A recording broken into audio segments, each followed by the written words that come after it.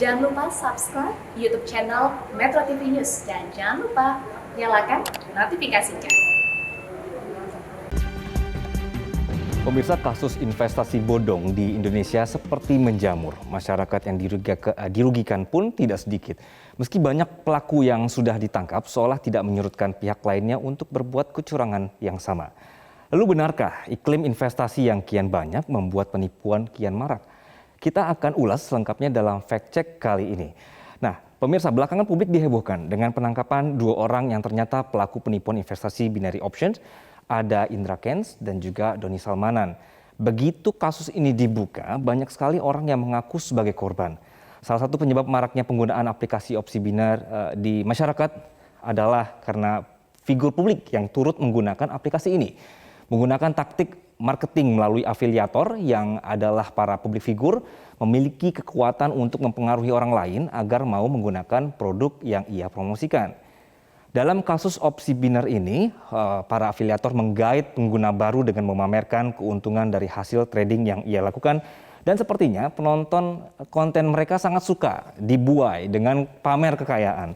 Inilah yang dilakukan oleh si Indra Kents ini, yang datanya ada di sebelah saya, dan akhirnya ketika kasusnya dibuka, kemudian dari pemerintah juga sudah menyita ya aset-asetnya. Ada beberapa aset yang disita, ada rumah, mobil, apartemen. Kemudian juga Indra Kents ini memiliki background kursus trading Indonesia, Depatu, dan juga marketplace bisnis. Hal serupa ini juga dilakukan oleh Doni Salmanan. Satu persatu aset Doni juga disita. Lagi-lagi warganet kaget. Pertama kaget karena konten kekayaan yang diposting, kemudian kaget karena ternyata semuanya adalah tipu-tipu. Nah, Doni sendiri juga ada aset yang disita. Ada rumah seharga 14,5 miliar rupiah, kemudian mobil dan motor 24,8 miliar rupiah. Background Doni sendiri adalah lulusan SD dan mantan tukang parkir, kuli bangunan dan juga OB, dan sudah menjadi tersangka penipuan dari binary options Quotex. Nah, pemirsa, kedua nama yang mungkin sudah tidak asing ini juga ternyata menyeret sejumlah influencer, konten kreator, bahkan artis. Ada yang menerima aliran dana atau sekedar gimmick membeli barang mewah. Sebagian besar dari mereka pun sudah diperiksa oleh penyidik Bareskrim Polri.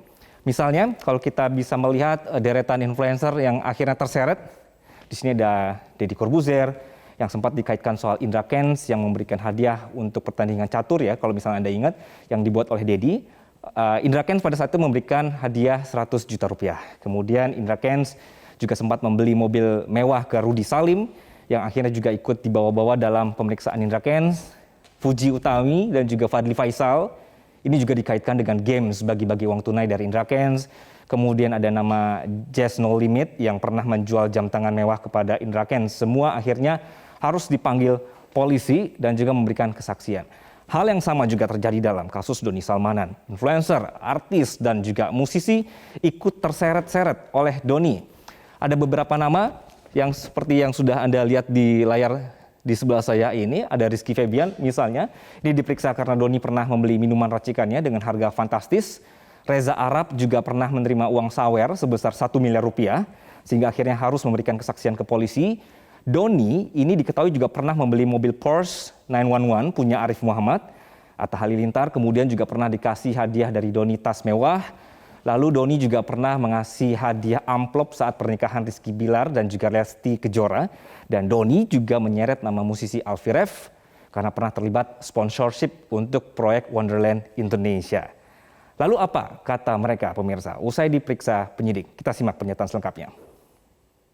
Kalian teriak-teriak soalnya dari tadi nih. Saya mau santai-santai aja padahal. Saya